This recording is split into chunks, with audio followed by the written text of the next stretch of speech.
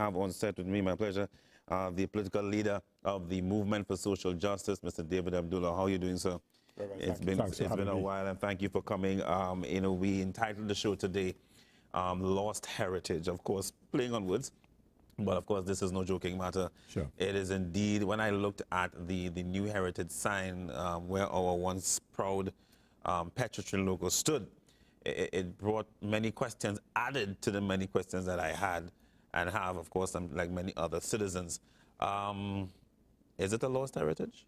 Yes, it is. And your pun on words is appropriate, I think, because, you know, one of the things, quite apart from the history of our oil industry, which goes back more than 100 years, and Petrotrin was simply the successor of many companies coming through the years and so on, beginning with United British Oilfields of Trinidad at the turn of the last century, UBOT, which was owned by Shell, of course, and later Shell named it Shell, and then there were smaller oil fields, Apex and current Trinidad oil fields and Antilles and so on, a lot of the small oil fields. Some of them then got consolidated into what became BP originally, which then was Trinidad Tesoro, then Trintopec and so on. And then, of course, you had Trinidad Leaseholds Limited, which was owned by British firm Leaseholds Limited. And that was then bought in 1956 by Texaco. And then you had the transitioning when the government bought Trintoc in 1974. Which many would be familiar with in this so that would have been the first Trintoc was the former Shell. And then, of course, when Texaco left in the 1980s, then what was Texaco got merged with Trintoc to form the new Trintoc. And then we bought over completely the Trinidad Tesoro. We bought out Tesoro's interest. That became Trintopec. And then Trintopec and the new Trintoc got merged to form Petrotrin. And then, of course, Trinma, which originally started off in the 50s as the Trinidad Northern Areas, was owned, it was a tripartite ownership, Texaco, Shell, and BP. And that was our first offshore oil production. And then as Shell went to Trintoc then owned 1/3 share. When BP went to Trinidad Tesoro, then Trintopec, and so on.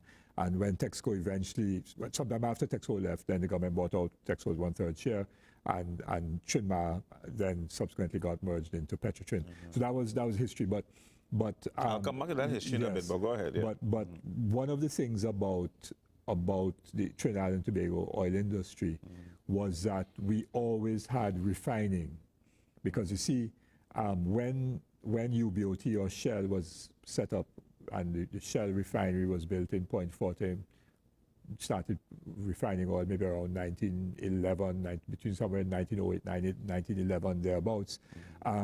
It was a major refiner in the entire British Empire and Commonwealth.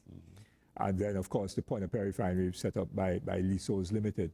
And in the period between the First World War and the Second World War, and in fact in the lead up to the First World War, our oil production and our refining capacity enabled Winston Churchill, before the First World War, who was Secretary of the Navy, to convert the British Navy from coal to oil-burning ships, which gave Britain a strategic military advantage in the First World War. In the lead up to the Second World War, the production, the refining of fuel, aviation fuel, enabled the British Air Force to become, strategically very, very powerful and so on. So we were central to the British economy and to the Second World War effort, which is why German U-boats used to come all the way down into Trinidad waters, which is why why the Americans set up a submarine base in Chaguaramas and so on, right? But good history. Yeah, but the thing about it is that because we had a refinery, we always sought to add value to the production of crude oil. Now, we never produced enough crude oil for our refineries because the refinery capacities were always exceeded the amount of crude oil locally available. So we always had crude brought into Trinidad and Tobago. This is one of the false narratives that the government threw out in the saying, well, we have to shut down because we're importing oil to refine and we're losing money. But we always imported oil. We always had to bring in oil because we never produced enough oil to fill out the refinery throughputs. But the important thing was that the crude oil that we produce locally, and I'm excluding now the crude from the East Coast, offshore in the East Coast, which Amoco started producing in the 1970s. Amoco was later taken over by BP and so on. But that crude oil offshore the East Coast never found its way into our refinery because Amoco, later BP, always exported that crude oil for their own refineries in the United States. So the land crude and the offshore West Coast, Trinidad crude, that crude in total never was enough to fill out the refinery's throughput. So we always imported crude. But the important thing was that selling crude oil is less, you get less money than selling a barrel of kerosene or aviation fuel, gasoline, the refined, diesel, refined products and so on. So we have lost heritage, not only in terms of history of having a refinery. We had two before, and we closed the Point 14 one and consolidated to one at Point Appear, which made some sense because, you know, we didn't need to have two refineries being state-owned. But we have lost heritage in terms of adding value to the crude oil. So in a sense, we are returning to a type of economy which is the most basic of commodity economies, where we are selling the basic commodity of crude, and then we are importing refined products. It's like you have sugarcane, and you are making raw sugar, brown sugar, and then you import granulated sugar, or you're growing cocoa, and you're exporting the cocoa and the sugar, and then you're importing chocolates. But the chocolate is much more expensive than, and worth more because you have added value than the raw sugar and the raw cocoa. And where you are buying the chocolates from, Europe or wherever, you know, Belgian chocolate or Swiss chocolate, they don't grow cocoa there, right?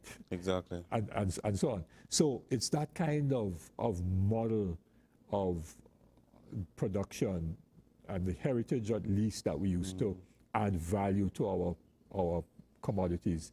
That heritage has been destroyed. Let me ask a question. I kind of answered you No.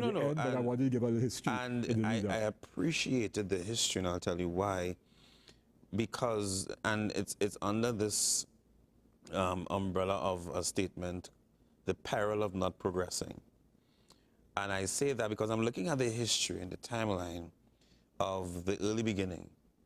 And again, and this is not knocking any particular regime or any individual, but there is this frightening domino effect that many have paid attention to, whereby for some reason, whenever certain entities enter the hands of, quote unquote, our nationals, they don't seem to survive.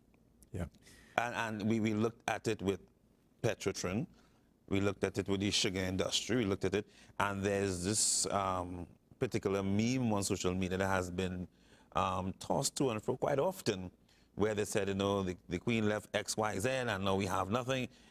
What is wrong? There seems to be a managerial deficit when it comes to state entities in Trinidad and Tobago, or we call it ignorance. I don't know what it is, but why do we have this frightening pattern? Yeah, and let me just say it's not peculiar to state enterprises, either here in Trinidad and Tobago or globally. When you think about 2008, 2009, just at the time President Obama was taking office, General Motors was bankrupt.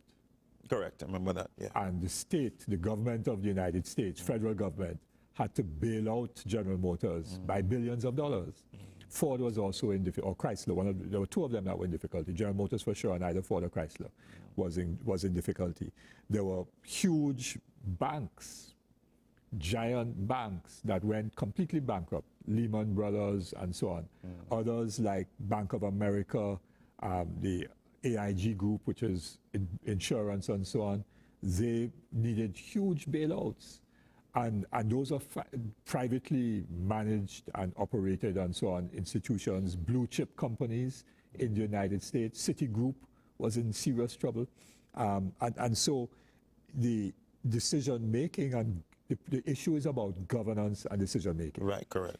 And you can have failed governance and bad decision making in private sector companies.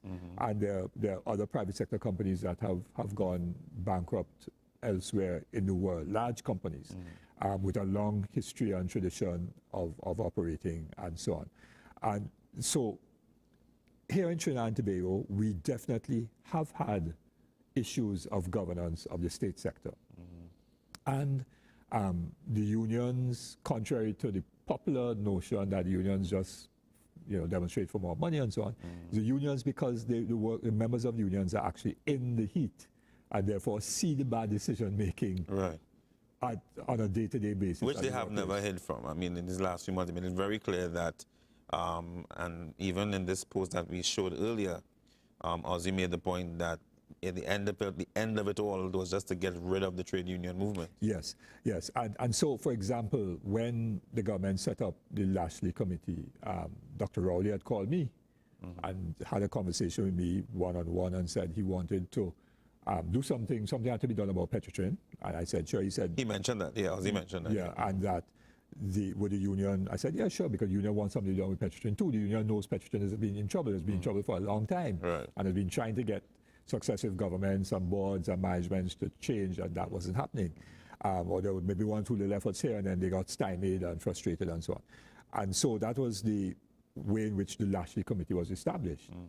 And when you look at the and I was a member of that, representing the union asked me to serve on it and so on. When you look at the recommendations, because we only made two basic recommendations, and one was to deal with governance, because we said that we had to come up with a model of governance for Petrotrin, and the thinking of the members of the committee was that, if the government got governance right for Petrotrin, then that would be a model that could be rolled out into other state enterprises, where members of the board would not be political appointees chosen by the cabinet, but persons who would have been either nominated or vetted or consultations with key stakeholders, people who know the industry, who could say, Sheldon is a good person, David is not a good person, so, because of competence, we put in Sheldon, not David, that kind of thing.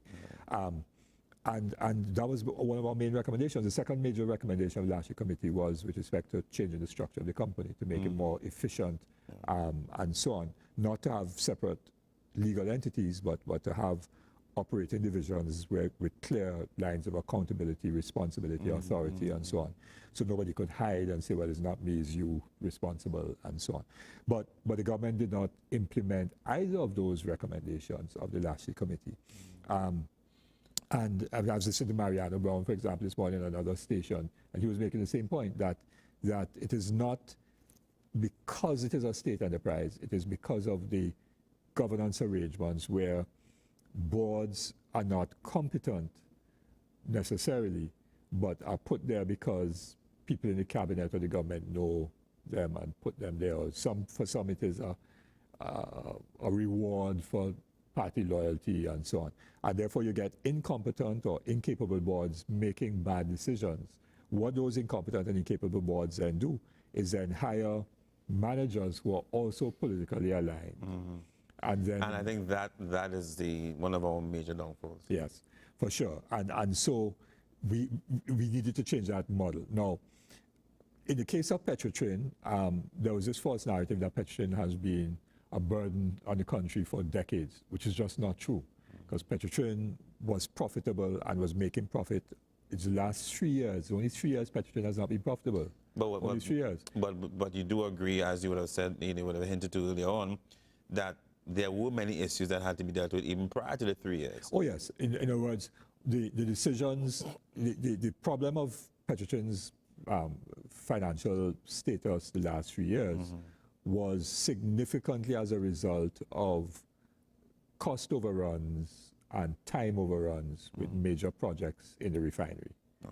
So that was one major problem. The gas optimization projects, which ran over time and over budget, and therefore led to Petrotrin having to engage in significant bond borrowings, two large ones, $850 million US dollar bond, which is due next year, and a $750 million US dollar bond, which is being it's an amortized loan, and therefore it is being paid off interest and principal, but the final payment is to be made in 2022. So would you say that those 2 days were the straw that broke the camel's back? Because that's quite a figure, and that would have been bandied about for some time as well. Yes, but it wasn't necessarily the straw that broke the camel's back, in the sense that it was a heavy load on the camel. But Petrotrin was servicing the interest on the $850 million bond, 9.73% interest or 9.75% interest, and it was servicing interest and principal on the other $750 million US dollar bond, totaling well over $1 billion a year, TT dollars a year, and that then restricted Petrotrin's cash flow significantly, which made problems. But there were also problems because, but in the last few months of before it was closed, Petrotrin was actually profitable, made a profit in August, yes. But you see that narrative, we made that public. I spoke about it many times, and the union made it public and so on. Other people spoke about it, but the government's narrative was losing money. Mr. Espinay himself, in July, said that the company for the third quarter of the financial year, to be in April to June, actually made a profit of $80 million. I saw when they sent out that release, actually. That's right. So it was beginning to turn the corner, because those projects that were done over time, over budget, those projects in fact improved the refinery output in terms of generating more high-valued products. And so because they were generating more high-value products, in other words, more gasoline relative to fuel oil, because fuel oil sells below the price of crude oil, whereas gasoline you get a $20, $25 premium price above crude oil. So the more gasoline and diesel and aviation fuel and products like that you're selling, and the less fuel oil, then the more profitable the refinery. So the situation was beginning to turn around. And there was this false narrative that if we don't shut down the refinery and send home all the workers, then we're going to default on the $850 million bullet payment due next year. Yeah? Yeah, I remember that. And the government can't refinance it or can't give any government guarantee, because if we give it a government guarantee, then it's going to increase the national debt. And because the Petrotrin loans were not part of the central government debt, because Petrotrin was paying all of its loans. So they said, well, if we guarantee, though, it will be put on the government's debt balance. And that's going to increase the country's debt to GDP ratio, and the ratings agencies, Moody's and Standard & Poor's, will downgrade us. No, here what has happened. The $850 million bullet payment has been refinanced. And given that there is no refinery and Heritage is now starting off and so on, is probably and has been guaranteed, I'm pretty sure, by the government. So the very thing they said they wanted to avoid, they have done, which they didn't have to do if Petrotrin had been continuing to operate. Then they've had to borrow $2.6 or $2.7 billion to pay termination benefits to workers. Now, that would have had to be guaranteed by the government, yes? Right. Then they had to borrow anywhere between $3 and $4 billion to meet the liability to the pension fund. So the $2.6 billion to borrow for the severance payments and for the pension fund, over $6 billion, that actually is the amount of the bullet payment. So the same amount they borrowed to send workers home, they could have borrowed and paid off the bullet payment. And then the company would have had another $500-600 million a year free cash to invest going forward and so on. So it made no sense. So I'm listening to you, and based on what you're saying, all the dots were clearly connected in what you were saying, and there could have been, other steps that could have been taken. There were other alternatives, correct. So we now go back to the $1 million question, and many have been asking. Again, it's based on what you're saying and what even Ozzy has been saying, and Mr. Rojan and so many other people. was there an ulterior motive? I think there was. I think there was.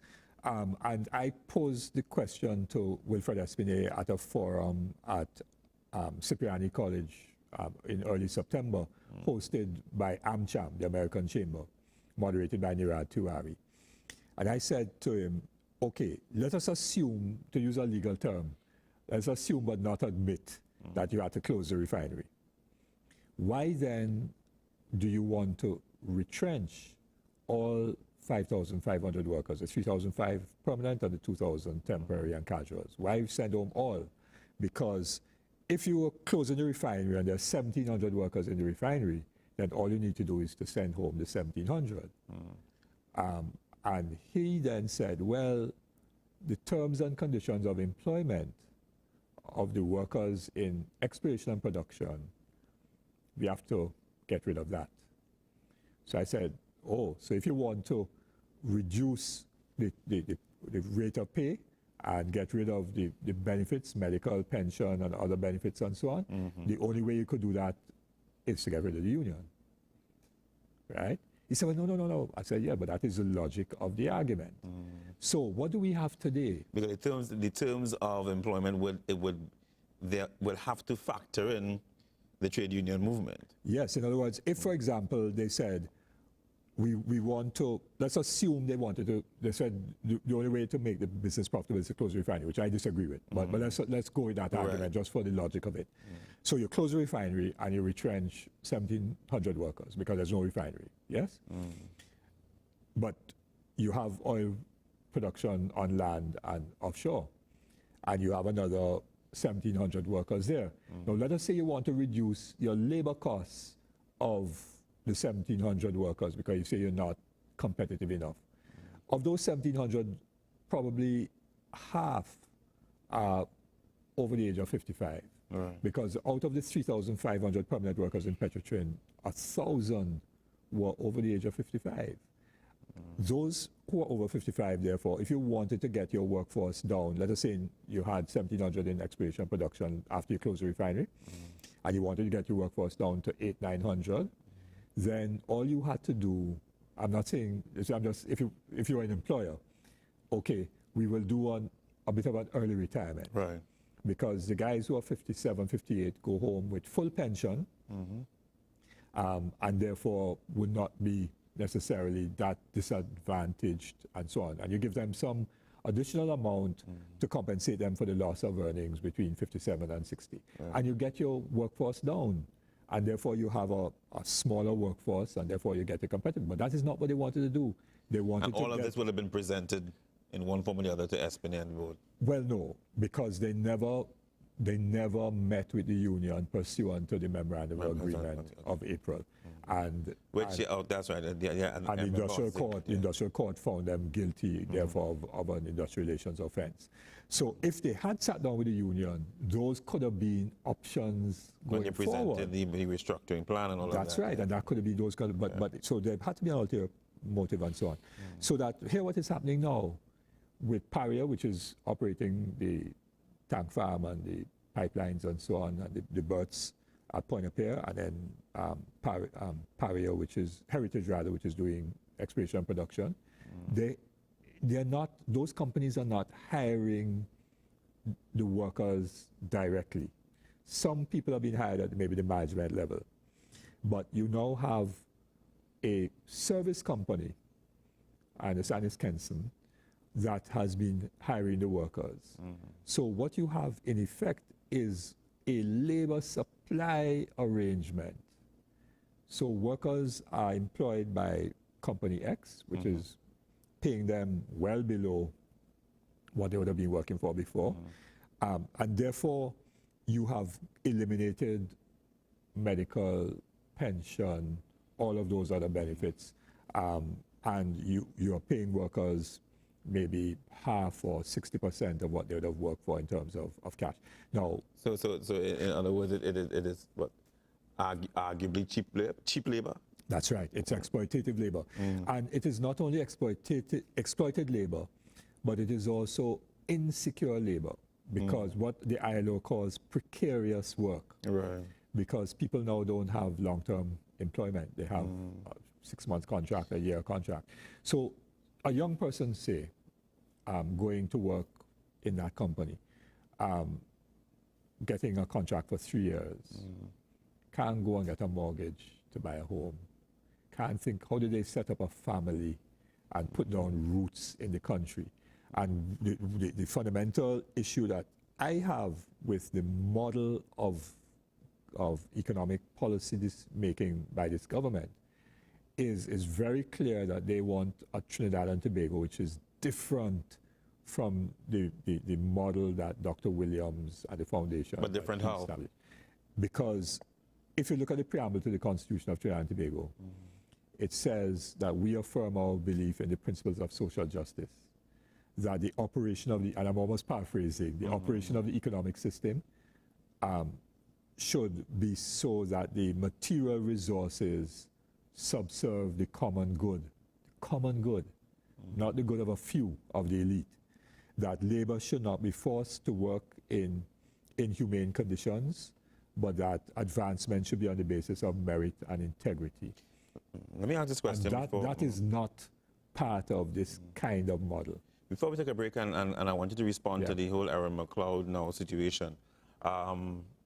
There's this argument you mentioned about the situation with the employees, that one of the reasons that a lot of the work, they want people to reapply because they want to sift through those who are reapplying because of the unethical hiring practices by management before, as well as the OWTU's interference for their own gain. How do you respond to those statements? Well, no, the OWTU was never involved in hiring.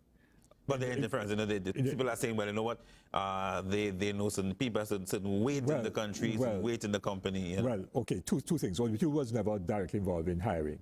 What would happen is that where there are permanent vacancies, the union would put forward names. Right. But not a guarantee that they will get. There was absolutely no guarantee that people get. But what the sifting out would be was that if you were a union officer. So they will sift all the union people. Yes, yes.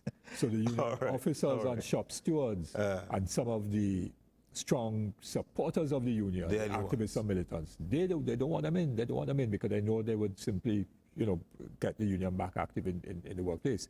So that is one thing. And the second thing is really about that process of creating a labor supply contract type of arrangement, which is backward. Where you strong arm labor, basically. It is backward.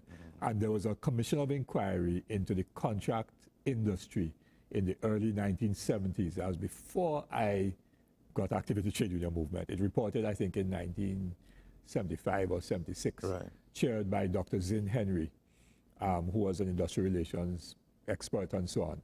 And one of the other persons who was a member of that commission is actually still alive. That is Dr. Shafiq Sultan Khan, who is an advisor to Petrotrin in this thing. But he always boasts about the fact that he was a member of that commission. That commission said that labor supply contract arrangements are not far removed from indentured type labor. Wow.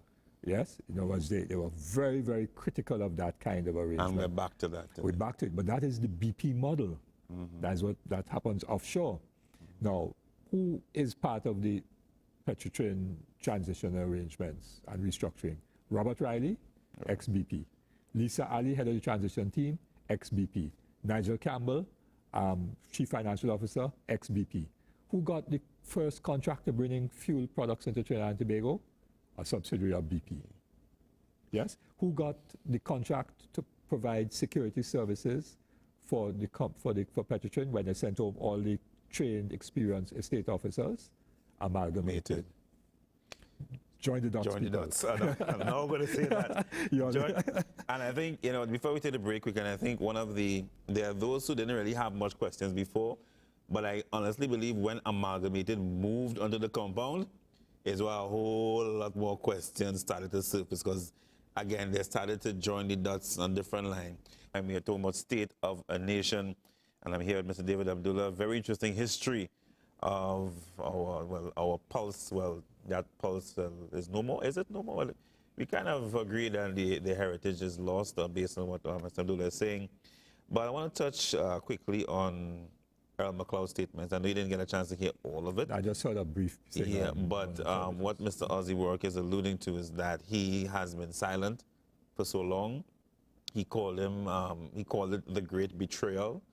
He mentioned in 2011 when they presented him for the restructuring of Petrotrin and they presented their proposal, which they again did in April of this year, that he totally ignored it, never took them on. It seemed as though Labour got took for a ride by him, and also, and I heard the hurt in his voice, because when he was speak of comrades in the trade union movement, it is more than just a friend; it's a brother or a sister. You would have worked with Mr. McLeod for many, many years as a comrade, etc. Do you agree with what Ozzy is saying? Do you also feel hurt by his response or lack thereof? Well, yeah, I have moved past that, quite honestly. There are moments I have to move past relationships and so on, because yes, we worked very closely together from the late 70s, and I was a member of his executive as treasurer for a period when he was president general. I was head of the education department for the entire period of his presidency and so on. So I think I worked with Earl McLeod much more than Ansel Roger or Ozzy Warwick or any of the current executive members of the union and so on. And we were personal friends as well. We were very, close personal friends as well. But when the MSJ left the government in 2012, and we really have not communicated from then. Yes, essentially have not communicated from then. So yes, I hear, and yes, voices ought to have been raised when the announcement was first made. And the principal issue of critique really is of the government's decision and the board's decision. So even if you think the union may have done something that they should not have done or something like that, that was not the cause or the driver of the decision. That led to what's happening. That's right. So that those things can be said in different ways. You don't have to say those things publicly and so on. But certainly, if you had a concern, if people had a concern about what was happening, then they need to speak out. Speak out after the fact. So that point I think is well taken. But I focus very much. I know the history very well, as I just shared. Know the history better than most. But I focus on the future. And in terms of that, of course, the union, as we know, has made a specific proposal to the board for the acquisition of the refinery. It is now going to be left to be seen whether the board agrees with that proposal and recommends it to the government. So all that is still being discussed. Okay. But we don't know if the board will recommend it. That is what SPA said, that they would then, if it is a good proposal, they'll recommend it to the government. We're hearing other statements by the government about international requests for proposals and so on. So maybe that statement by the Prime Minister that the union will get the first option, maybe that was a mama guy. But we will find out in due course. As you said, as things unfold, we see amalgamated, we see Kenson, we see as labor supply contracts, we may then see a foreign company coming to buy the refinery, we see a foreign company coming to buy out the oil fields and so on, and then the country will finally wake up to what the real agenda was. Someone sent out a comment, they actually shared our post, and I had put the same thing about lost heritage, and if it can be regained, and the person put too late, right? And Mr. Bihari put too late. On number 6524855, trying to squeeze in two calls if we could before we close. But there's a scripture that speaks of in the Bible, and I'll make reference of it so often, that the Lord said He will restore what was once lost or what was once stolen. Yes. Do you believe that despite what's happening today, that our oil industry, our thriving oil industry, can be restored? Somebody is going to operate that refinery sooner or later. And I say restored, let me just take a minute, for the people's benefit. Okay. Right? Let me, for the people's benefit, but go ahead. Yeah, and that's a key question, because somebody is going to acquire or lease the refinery at some point. We don't know who it will be. If it's a union, preferable. If it's a foreign company that comes in totally. And then because the refinery is profitable. It was saddled with debt, which that debt hasn't disappeared. The taxpayers are still going to pay that debt. Whereas if the refinery had been operating, Petrotrin eventually would have cleared its debt. But we, the taxpayers, will bear the full brunt of that debt now, which is what the government said it wanted to avoid. Right. And somebody will get the refinery free of debt and make profit out of it. And if it is purely a foreign investor, we will get very little out of it. We will get very little out of it. And then depending on what happens to the producing fields, we may get very little out of that as well. So the model which I talked about of adding value to our crude by refining and so on, when that model is broken, we will get less value added if you have two separate entities than if it had been one integrated oil company. Your thoughts on the mindset of workers right now? What are your thoughts as we come to a close? Yeah, I know that workers, although the announcement was made in August, workers are still in a great state of shock. There's a lot of pain, a lot of anger, and so on, a lot of insecurity and not being sure of the future. People are going through a lot of trauma. And, you know, when you get statements by the chairman of the board saying, well, some temporary workers have to suffer. I mean, you know, I remember that. You know, you say, well, what really is in the heart and minds of these people who made this decision? You know, because people like Mr. Espinay and others who enjoy a very lavish lifestyle in this country benefited from the $49 billion that Petrotrin workers, temporary and permanent, would have contributed to taxpayers as tax revenue between 2001 and 2014. $49 billion, third only behind BP and National Gas Company. The foreign exchange that Petrotrin earned enabled them to buy fancy cars and fancy wines and all the other things, and traveling abroad with credit cards and all of that. All of the company's expense. Well, not the company's expense, but I'm talking about but as individual citizens who live that lifestyle. That lifestyle was supported by oil workers who he's now saying, tough on you. You have to suffer. And so I know the commons in the industry, many of them, and so on. Of course, I retired, so I don't know some of the younger ones, but I know even the retired workers, the agony, the pain, the hurt, the trauma, which is not going to go away for a very, very long time. All right, Mr. Abdullah, thank you so very much for your time. It was indeed a pleasure. I liked the trip down memory lane for many, and the history lesson, and I do hope that if there is restoration, it can be restored for the people of Trinidad and Tobago. This has been Cloud9, a special presentation on ACT and The Voice. You can take a look at the program again on our ACT and The Voice Facebook page and leave us more of your comments and your questions as well. I hope to have you back again. For sure. Maybe some other members of the trade union movement, because it's not just OWTU. We have TSTT going through their own challenges. We're hearing WASA, talk about WASA as well.